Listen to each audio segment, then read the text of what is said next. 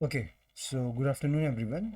आज हम जो वीडियो के बारे में देखेंगे वो है इंस्ट्रूमेंट लैंडिंग सिस्टम। ये रेडियो नेविगेशन का पार्ट है और आज हम इसमें देखेंगे कि हम क्या क्या पढ़ने वाले हैं। तो सबसे पहले हम देखेंगे कि प्रिसीजन अप्रोच और नॉन प्रिसीजन अप्रोच क्या होता है। नॉन प्रिसीजन अप्रोच क्या होता है भाई। फिर हम लोग देखेंगे कि आईएलएस के अंदर क्या क्या आते हैं।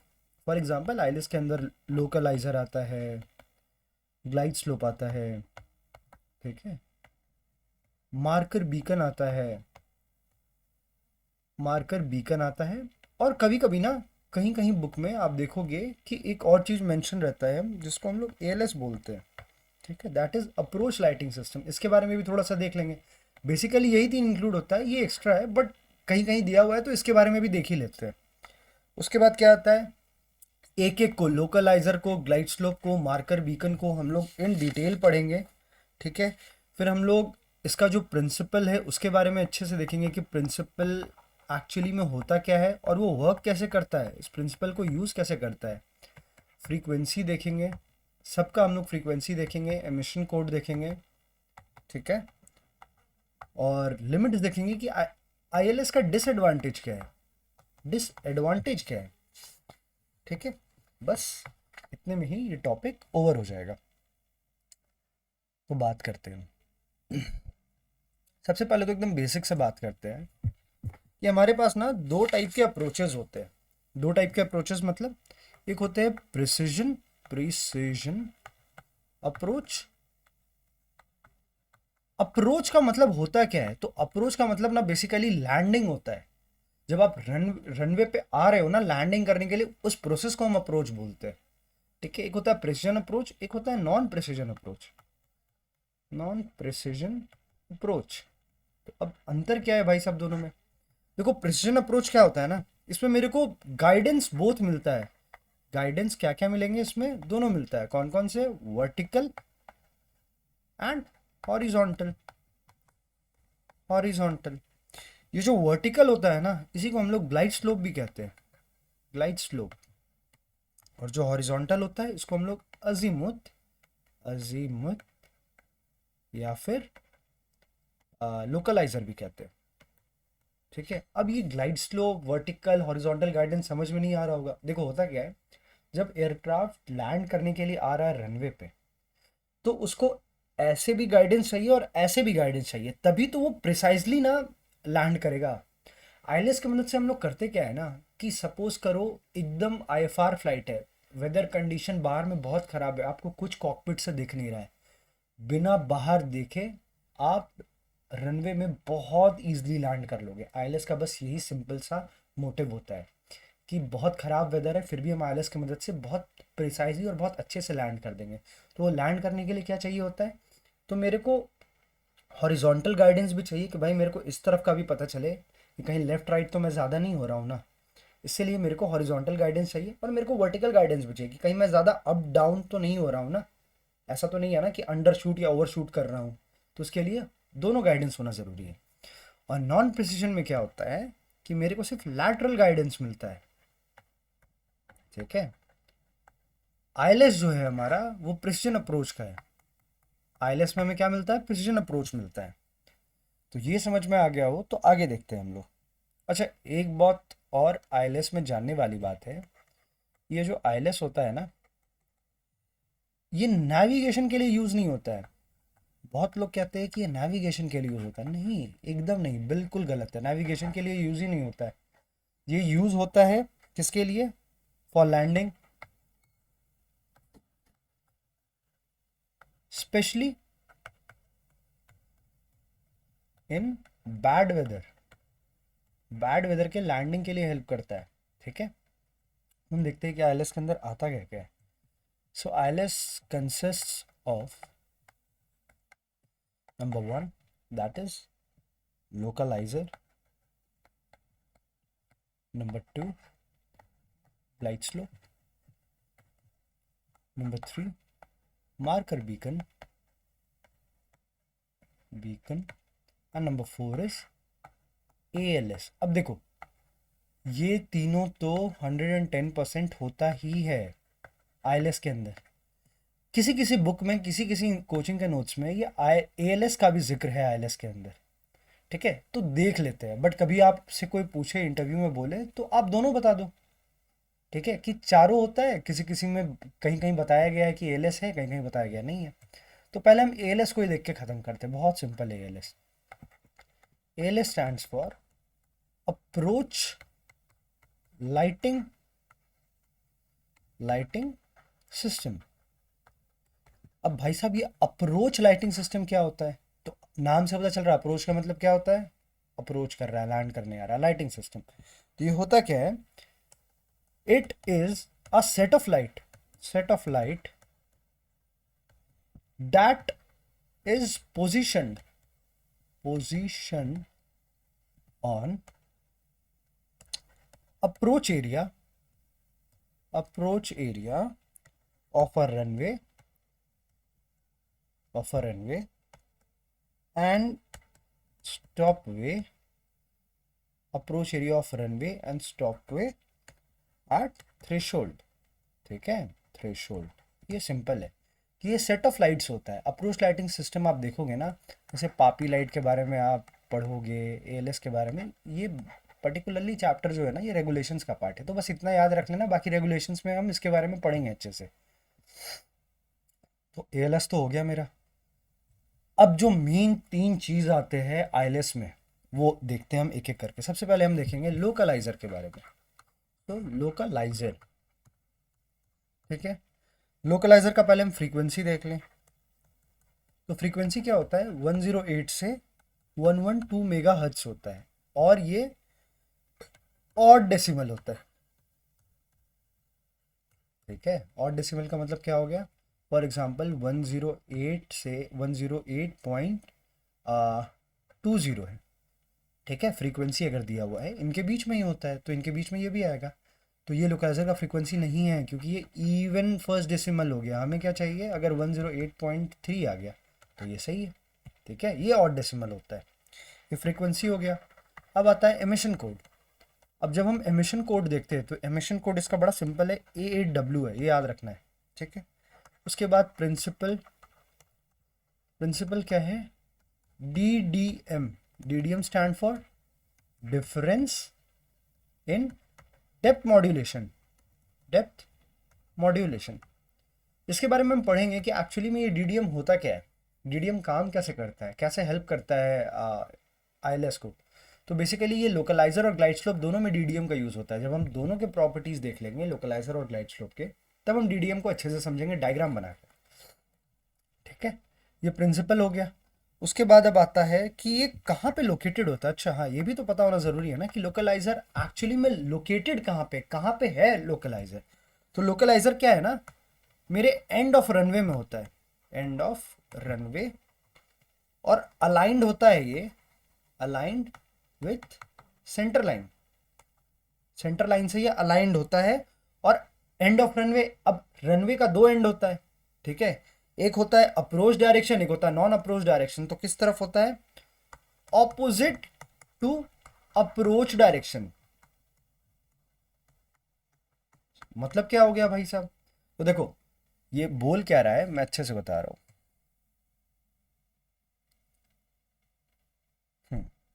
तो ये ना आपको बता रहा है कि सपोज करो ये एक रनवे है। ठीक है, ये रनवे है और यहाँ से एयरक्राफ्ट आ रहा है, तो this is the approach area. अब ये अप्रोच एरिया है, ये सेंटर लाइन से एकदम अलाइन होगा। जो लोकलाइजर होगा हमारा, ये सेंटर लाइन से होगा और नॉन अप्रोच एंड में रहेगा। ठीक है, तो ये पता होना ज़रूरी है, नॉन अप्रोच एंड में रहेगा, अप्रोच एंड में नहीं रहेगा। उसके बाद आता है कि अब इसमें ना दो लोब्स होते हैं। अब ये ध्यान से समझना, ये इंपॉर्टेंट हो जाता है यहाँ पे। लोकलाइजर के अंदर हम देखते हैं तो दो लोब्स बनते हैं। क्या मतलब, क्या हो गया, लोकलाइजर से ना दो रेडिएशन एमिट होते हैं, दो लोब एमिट होते हैं। अब लोकलाइजर हमको पता है कि देता क्या है भाई, तो लोकलाइजर क्या देता है हम लोग को, लैटरल गाइडेंस देता था। लैटरल गाइडेंस का मतलब क्या हो गया, मतलब राइट एंड लेफ्ट के बारे में बताने में हेल्प करता है कि भाई हम राइट तो ज़्यादा नहीं जा रहे ना, ज़्यादा हम लेफ्ट तो नहीं जा रहे हैं ना, ज़्यादा इस तरफ भी नहीं जा रहे, इस तरफ भी नहीं जा रहे, हमको सेंटर में एकदम चलना है। क्यों, क्योंकि वो सेंटर लाइन से अलाइंड है। तो दो लोब्स ये एमिट करता है। अब ये जो दो लोब होते हैं ना, इनका फ्रीक्वेंसी सेम होता है, फ्रीक्वेंसी सेम होता है, बट एम्पलीट्यूड मॉड्यूलेटेड होता है। अब एम्पलीट्यूड मॉड्यूलेटेड क्या होता है? एम्पलीट्यूड मॉड्यूलेशन का मतलब क्या होता है? Amplitude keeps on changing however the frequency remains constant. इसका मतलब तो यही हुआ ना, बेसिक चैप्टर रेडियो वेव में मैंने ये बताया है, आप देख सकते हो। अब दो लोब जो होते हैं, पहला जो लोब होता है वो 90 हर्ट्ज का होता है, और ये कौन से कलर का होता है? ये येलो कलर का होता है। और ये कहाँ पे होता है? ये लेफ्ट में होता है। ये जो लेफ्ट लोब होता है ना, वो 90 हर्ट्ज का होता है और येलो कलर का होता है। और जो दूसरा लोब होता है वो 150 हर्ट्ज का होता है एंड ब्लू कलर का होता है, और ये राइट में होता है। ठीक है, ये अच्छे से याद रखना। ये तीनों पॉइंट ये डीजीसीए के लिए काफ़ी इंपॉर्टेंट है। डायरेक्ट पूछेगा डीजीसीए, बहुत हाईली इंपॉर्टेंट चैप्टर है ये डीजीसीए एग्जाम्स के लिए। ठीक है, एक चीज़ और इसमें याद रखना है, इफ़ डीएमई, डीएमई क्या है? डिस्टेंस मेजरिंग इक्विपमेंट है, इसके बारे में भी हम लोग पढ़ेंगे। डीएमई को अगर पेयर कर देते हैं ना, किसके साथ? लोकलाइजर के साथ, तो फिर क्या होता है? Then at touchdown, touchdown it will read zero. ठीक है, तो ये ध्यान में रखने वाली बात है। अब हम लोग लोकलाइजर का फुल स्केल डिफ्लेक्शन भी देख लेते हैं।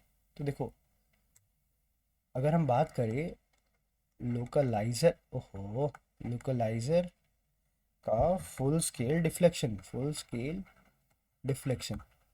अच्छा देखो, एक चीज़ बता दूं मैं, लोकलाइजर हो या ग्लाइड स्लोप हो, हमेशा ना आपके कॉकपिट में ना इंस्ट्रूमेंट जो लगा हुआ होगा इसके लिए, लोकलाइजर के लिए, ग्लाइड स्लोप के लिए, उसमें निडल होता है। हमेशा फॉलो द निडल। मतलब ये नहीं कि अगर आपको दिखा रहा है, सपोज करो लोकलाइजर की मैं बात करूं, अगर लोकलाइजर में दिखा रहा है कि नहीं आपका निडल लेफ्ट की तरफ गया, तो इसका मतलब ये नहीं कि आप लेफ्ट की तरफ ज़्यादा हो, आपको राइट की तरफ जाना चाहिए। नहीं, लेफ्ट की तरफ दिखा रहा है मतलब आप राइट की तरफ ज़्यादा हो और आपको लेफ्ट की तरफ अब जाना है। ठीक है, मतलब क्या हो गया? Follow the needle. हमेशा याद रखना, ग्लाइड स्लोप या लोकलाइजर में फॉलो द निडल। जो निडल निडल जिस तरफ दिखा रहा है हमको उस तरफ फॉलो करना है। तो फुल स्केल डिफ्लेक्शन क्या हो गया लोकलाइजर में? ये हो जाता है 2.5 डिग्री का फुल स्केल डिफ्लेक्शन हो गया। तो ईच डिफ्लेक्शन क्या हो गया? ईच डॉट क्या मेरा रिप्रेजेंट किया? 0.5। ठीक है, ये याद रखने वाली बात है। अब ये कैसे हुआ भाई? तो ध्यान रखना कि 5 डॉट होता है, टोटल 5 डॉट्स होता है, डिवाइड करके देख लो 0.5 आएगा। ठीक है, अब बात आता है कि लोकलाइजर का कवरेज क्या है? लोकलाइजर का कवरेज क्या है? तो अगर हम कवरेज देखेंगे ना लोकलाइजर का, तो 10 डिग्री लेफ्ट एंड राइट में सेंटर लाइन का, सेंटर लाइन से 10 डिग्री लेफ्ट और राइट में ये 25 नॉटिकल माइल तक कवरेज देता है। वही बात करें 35 डिग्री लेफ्ट और राइट ऑफ सेंटर लाइन से, ये 17 नॉटिकल माइल का कवरेज देता है। और हम बात करें 25 डिग्री लेफ्ट एंड राइट से, तो ये भी 17 नॉटिकल माइल का ही देता है। ये एग्जाम में पूछा जाता है, तो ये भी ध्यान में रखने वाली बात है। ठीक है, अब थोड़ा डायग्राम से समझते तो हम बैक बीम का भी कॉन्सेप्ट समझेंगे। देखो, ये तो मेरा रनवे है, सेंटर लाइन से अलाइंड करके सपोज करो हम नॉन अप्रोच एरिया में इसको लगा दिए, नॉन अप्रोच एरिया में इसको सपोज करो लगा दिए लोकलाइजर को। ठीक है, अब लोकलाइजर दो बीम छोड़ रहा है, एक इस तरफ छोड़ रहा है, एक इस तरफ छोड़ रहा है। सपोज करो ये मेरा राइट है, ये मेरा लेफ्ट है, तो राइट वाला कौन सा कलर का हो गया? राइट वाला ब्लू लोब हो गया, जो कि 150 हर्ट्ज का है, और लेफ्ट वाला मेरा कितना हो गया? 90 हर्ट्ज का हो गया। ठीक है, अब सपोज करो बात हो रहा है कि ये बैक बीम, ये जो होता है ना बीम, ये बीम जो आ रहा है ये कभी कभी बैक बीम भी देता है। बैक बीम क्या हो गया? सपोज करो ये इस डायरेक्शन में है, ठीक है, तो इस डायरेक्शन में भी तो आ सकता है ना। ठीक है, तो इसी को हम लोग बैक बीम बोलते हैं। तो बैक बीम का पता होना जरूरी है। बैक बीम, बैक बीम क्या है? जिस साइड आपको सपोज करो वो दे रहा है, उसके पीछे भी वो देने लगे लोग दोनों। तो बैक बीम हम तभी यूज करेंगे कोई भी लोकलाइजर में अगर उसका अप्रोच प्रोसीजर जो है ना वो पब्लिश्ड हो। अप्रोच प्रोसीजर पब्लिश्ड हो। कहाँ पब्लिश्ड हो? एआईपी में। एरोनॉटिकल इंफॉर्मेशन पब्लिकेशन, ये भी रेग्स का पार्ट है, बट हम एक बात कर ले रहे हैं कि बैक बीम हम तभी पढ़ेंगे अगर उसका प्रोसीजर कैसे अप्रोच करना है, कैसे होगा, कैसे हमको देखना है निडल को, लोब को फॉलो करना है, अगर इसका प्रॉपर प्रोसीजर अवेलेबल है तभी हम बैक बीम फॉलो करेंगे, वरना नहीं करेंगे। ठीक है, हम देखते हैं कि लोकलाइजर वार्निंग कब कब देता है, when does it give warnings. तो सबसे पहले अगर कोई फ्रीक्वेंसी सिलेक्टेड नहीं है तो देगा। दूसरा, एब्सेंस ऑफ वन और बोथ मॉड्यूलेशन सिग्नल। अब यार सपोज करो कि अब लोकलाइजर में पावर ही नहीं आ रहा, अच्छा पावर भी एक लिख लो, पावर।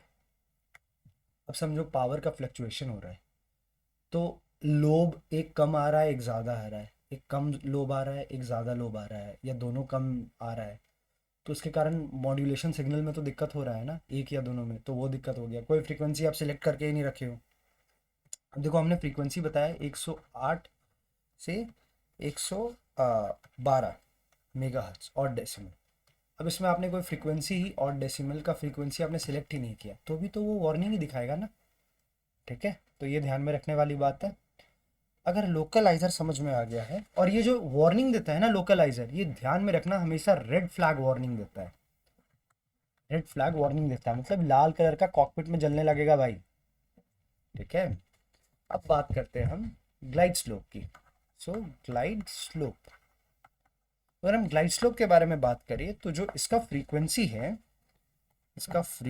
है, वो अराउंड है 329 से 335 मेगाहर्ट्ज।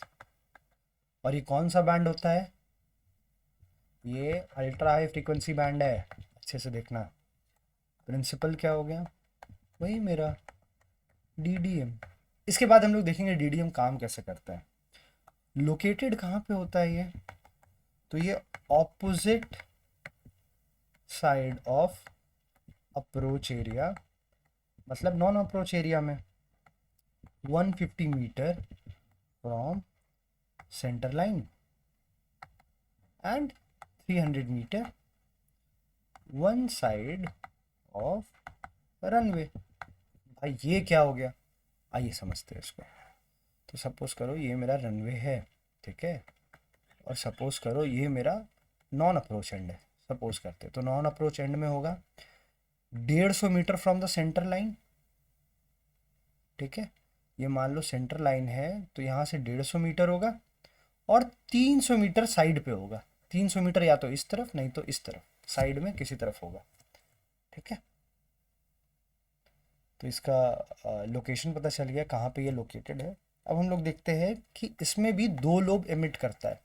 अच्छा, ग्लाइड स्लोप बताता क्या था, ये हमें वर्टिकल गाइडेंस देता था। वर्टिकल गाइडेंस मतलब अप एंड डाउन। ठीक है, अब ये दो लोब आया, तो वर्टिकल प्लेन में जो दो लोब होता है वो एक होता है 90 हर्ट्स का, एक होता है 150 हर्ट्स का। 90 हर्ट्स वाला कौन सा कलर का होता है, येलो, और कहाँ का बताता है, ये अप का डायरेक्शन देता है। 150 हर्ट्स का कौन सा कलर का होता है, ब्लू, और ये डाउन का होता है। ट्रिक है याद रखने का, 150 हर्ट्स और 90 हर्ट्स में भारी कौन सा है, 150 हर्ट्स, तो वो डाउन बताएगा। ठीक है, ये ऐसे याद रख सकते हो। ठीक है, और याद रखना चाहे वो लोकलाइजर हो या ग्लाइड स्लोप हो, अगर मिडिल में है ना, फॉर एग्जांपल लोकलाइजर में ये ऐसे लेफ्ट है और ये ऐसे राइट है रनवे पे। ठीक है, अगर बीच में एयरक्राफ्ट है ना, बीचों बीच है ना, लेफ्ट में है ना राइट में, एकदम बीचों बीच है, तो डीडीएम मेरा ना जीरो दिखाता है, जीरो होता है, जिसके कारण तुम्हारा जो निडल रहता है वो बीच में ही रहता है। ग्लाइड स्लोप में भी सपोज करो एक ऊपर है एक नीचे है, ठीक है, और एकदम बीचों बीच ही एयरक्राफ्ट है मेरा, तो भी तुम्हारा डीडीएम जीरो दिखाता है। डीडीएम काम कैसे करता है हम वो देखते हैं, तब और अच्छे से समझ में आएगा।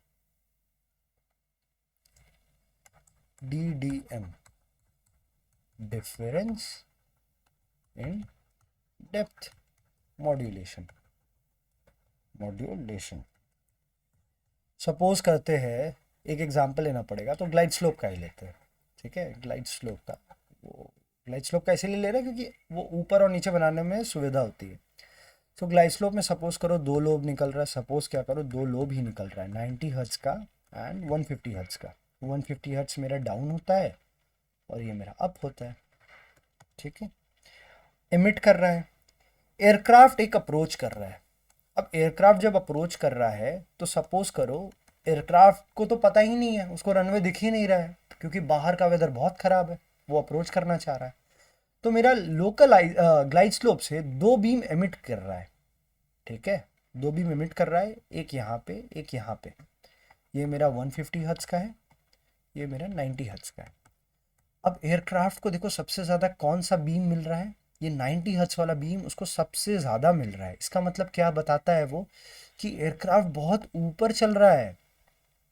ठीक है, 90 हर्ट्ज का बीम अगर ज़्यादा मिल रहा है मतलब एयरक्राफ्ट मेरा ऊपर है, तो निडल क्या शो करेगा, निडल डाउन शो करेगा, निडल ये वाला शो करेगा, 150 हर्ट्ज वाला शो करेगा।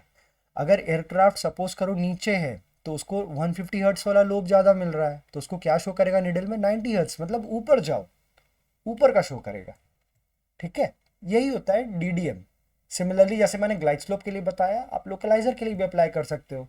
अगर लेफ्ट वाला बीम उसको ज़्यादा मिल रहा है तो मतलब वो लेफ्ट ज़्यादा जा रहा है, उसको जाना कहाँ है, नीडल क्या शो करेगा, राइट शो करेगा कि भाई राइट में आ जा। जैसे हमने देखा ना ग्लाइड स्लोप में, अगर ऊपर ज़्यादा है तो नीडल नीचे का शो करेगा कि नीचे आ जा। फॉलो द नीडल, हमेशा लोकलाइजर और ग्लाइड स्लोप में फॉलो द नीडल। ठीक है, अब दो एरियाज होते हैं, एक होते हैं आईएलएस क्रिटिकल एरिया और एक होते हैं ILS sensitive area, sensitive area. तो अब देखते हैं ये होता क्या है। आईएलएस क्रिटिकल एरिया में ना कोई भी मूवमेंट अलाउ नहीं होता है, no movement is allowed, no movement is allowed, everything is prohibited, every movement is prohibited because very critical area. Sensitive area में क्या है, मूवमेंट सम हाउ अलाउ होता है, बट परमिशन किसका लेना पड़ेगा आपको, एटीसी का। ठीक है, एटीसी का परमिशन लेना पड़ता है उस सेंसिटिव एरिया में। यहाँ पे क्यों मूवमेंट थोड़ा बहुत अलाउ है, क्योंकि यहाँ पे कैट 2 एंड कैट 3, मतलब आईएलएस की भी कैटेगरी होती है, कैटेगरी 1 कैटेगरी 3 ऑपरेशनल है, ऑपरेशनल है, ऑपरेशनल है। ठीक है, अगर ये समझ में आ गया हो तो हम ग्लाइड स्लोप का कवरेज देख लेते हैं। ग्लाइड स्लोप का कवरेज क्या है, तो ग्लाइड स्लोप का अगर हम कवरेज की बात करें तो अगर हॉरिजॉन्टल कवरेज देखें तो वो 8 डिग्री इधर साइड है। ठीक है, अगर वर्टिकल कवरेज देखें तो वो उसमें भी वर्टिकल कवरेज है ना, एक्चुअली दो टाइप के कवरेज आ जाता है फिर, लोअर एंड अपर। अगर हम लोअर देखें तो 0.5 होता है इनटू थीटा होता है, और फिर 0 पॉइंट नहीं 1.75 इंटू थीटा होता है। अब यहाँ पे थीटा क्या है, theta is our glide slope angle या glide path angle, glide path angle. ठीक है, और ये वैलिड जो है ना, ये पूरा मेरा जो वैलिड है ये अप टू 10 नॉटिकल माइल तक वैलिड है ये कवरेज, याद रखना। अब आता है लास्ट टॉपिक इस चैप्टर का, which is marker beacon. Marker beacon, अब मार्कर बीकन क्या है भाई, तो मार्कर बीकन ना हेल्प करता है पायलट को, पायलट्स टू चेक, क्या चेक करने में, his aircraft height as he passes towards each marker during approach। ठीक है, उसको अपना हाइट बताने में हेल्प करता है, पायलट को बताता है कि भाई जैसे जैसे आप अप्रोच कर रहे हो ना, आपका हाइट कम तो हो रहा है ना, कितना कम हो रहा है, ज़्यादा कम हो रहा है, कम हो रहा है। ठीक है, देखेंगे हम लोग तो आइडिया लगेगा आपको क्या होता है। तो अब देखो मार्कर बीकन में देखते हैं, तो मार्कर बीकन के अंदर तीन एरियाज आते हैं, outer marker beacon, middle marker beacon, inner marker beacon. ठीक है, अब जो आउटर मार्कर बीकन है ना, उसमें कलर कौन सा होता है? इसका ब्लू होता है। मिडिल का क्या होता है? एम्बर होता है। और इसका क्या होता है? वाइट। इसका एक ट्रिक है, बाउ, BAW, बाउ। ठीक है, उसके बाद जैसे ही आप आउटर मार्कर बीकन में आओगे ना, तो आपको क्या आवाज सुनने को मिलेगा? तो 2 डैशेस पर सेकेंड। मिडिल में आओगे तो क्या मिलेगा? 3 डैशेस एंड डॉट्स पर सेकेंड। मतलब 3 डैश और 3 डॉट पर सेकेंड आपको सुनाई देगा। और इनर में आओगे तो क्या देगा? 6 डॉट्स पर सेकेंड। ठीक है, ये याद रखना। फ्रीक्वेंसी इसकी क्या होती है? तो आउटर मार्कर की जो फ्रीक्वेंसी होती है ना, वो 400 हर्ट्स होती है। इसकी 1300 हर्ट्स होती है। इसकी और बढ़ जाएगी, इसकी 3000 हर्ट्स होती है। ऑफकोर्स 3000 हर्ट्स ही होती है। ये पता चल गया। अब हम लोग ILS का डीमेरिट देख लेते हैं, या लिमिट्स क्या क्या है वो देख लेते हैं। डीमेरिट कहना सही नहीं होगा, लिमिट्स क्या है। सो पहला लिमिट तो ये है ना कि बहुत एक्सपेंसिव है भाई, वेरी एक्सपेंसिव। उसके बाद ये परमानेंट फिक्सचर है एंड कैनॉट बी मूव्ड। ऐसा नहीं है ना कि आज मेरे को रनवे, किसी एक रनवे पे ज़रूरत है, आज मैंने वहाँ लगा दिया, फिर थोड़ी देर बाद या कुछ दिनों बाद मन किया तो दूसरे में लेके चले गए, फिर वापस लगा दिए। अभी इस रनवे पे फ्लाइट उतर रहा है तो अभी इस रनवे पे लगा दिया, थोड़ी देर बाद उस रनवे पे फ्लाइट उतरेगा तो उस रनवे पे। ऐसा नहीं है, परमानेंट फिक्सचर है, एक बार लग गया तो लग गया भाई। ठीक है, इंस्टॉलेशन का कॉस्ट बहुत ज़्यादा है, बहुत एक्सपेंसिव है, परमानेंट फिक्सचर है। और तीसरा पॉइंट क्या है ना, distortion in localizer and glide slope beam. बड़ा डिस्टॉर्शन आता है कभी कभी, डिस्टॉर्शन बोल लो, नॉइज बोल लो, ये आते रहता है। ठीक है, ये एक डिमेरिट है इसका। ठीक है, अब मैं देख लेता हूँ कुछ छोटा तो नहीं है ना। हम्म हम्म हम्म हम्म हम्म हम्म हम्म हम्म। ठीक है, कैटेगरीज देख लेते हैं हम। कैटेगरीज भी DGCA के लिए काफ़ी इंपॉर्टेंट है। कैटेगरीज ऑफ ILS क्या क्या है? सो कैटेगरी ऑफ ILS अगर हम देखते हैं, ठीक है, तो अगर हम बात करें कैटेगरी, डिसीजन हाइट और विजिबिलिटी, विजिबिलिटी, ठीक है, या फिर रनवे विजुअल रेंज, RVR। तो कैटेगरी अगर हम देखें तो कैट 1 जो है, कैटेगरी 1 जो है, उसका डिसीजन हाइट जो होगा वो कम से कम 200 फीट होगा, कम से कम। ठीक है, ये मिनिमम मैं बता रहा हूँ 200 फीट होगा ही। विजिबिलिटी उसका कितना होगा? 800 मीटर होगा। RVR कितना होगा? 500 मीटर होगा। ठीक है, कैटेगरी 2 की हम बात करें तो यहाँ पे जो डिसीजन हाइट होगा वो मेरा 200 फीट से कम होगा, 200 फीट बिलो। ठीक है, विजिबिलिटी क्या होगा यहाँ पे? 350 मीटर का होगा, और ये विजिबिलिटी होगा। और RVR कितना होगा? ये होगा 300 मीटर। ठीक है, कैटेगरी 3 जो होता है, अब इसमें भी 3A, 3B और 3C आता है। ए की अगर बात करें हम, तो ए में क्या होता है कि 100 फीट से भी कम होता है, बिलो 100 फीट। इसमें विजिबिलिटी कितना होता है? 200 मीटर होता है। और इसमें RVR सिर्फ होता है, रनवे विजुअल नहीं, क्योंकि विजिबिलिटी तो रहा ही नहीं ना, थोड़ा बहुत भी विजिबिलिटी नहीं रहा। बी में देखिए कैटेगरी डिसीजन हाइट का हम देखें तो यहाँ पे 50 फीट से भी कम रहता है। ठीक है, और यहाँ पे जो रहेगा वो करीब 200 से 50 मीटर के बीच का RVR रहता है। और कैटेगरी C में तो भाई 0 फीट रहता है, और यहाँ पे भी जो विजिबिलिटी है वो 0 होगा। तो category 3 extremist climate, extremist weather में यूज़ होता है, जब विजिबिलिटी एकदम ख़त्म हो गया तब हम ये यूज़ करते हैं। ठीक है, बस इतना ही था इस चैप्टर में, और आपका ILS ख़त्म हो गया। ILS over, the and. ठीक है।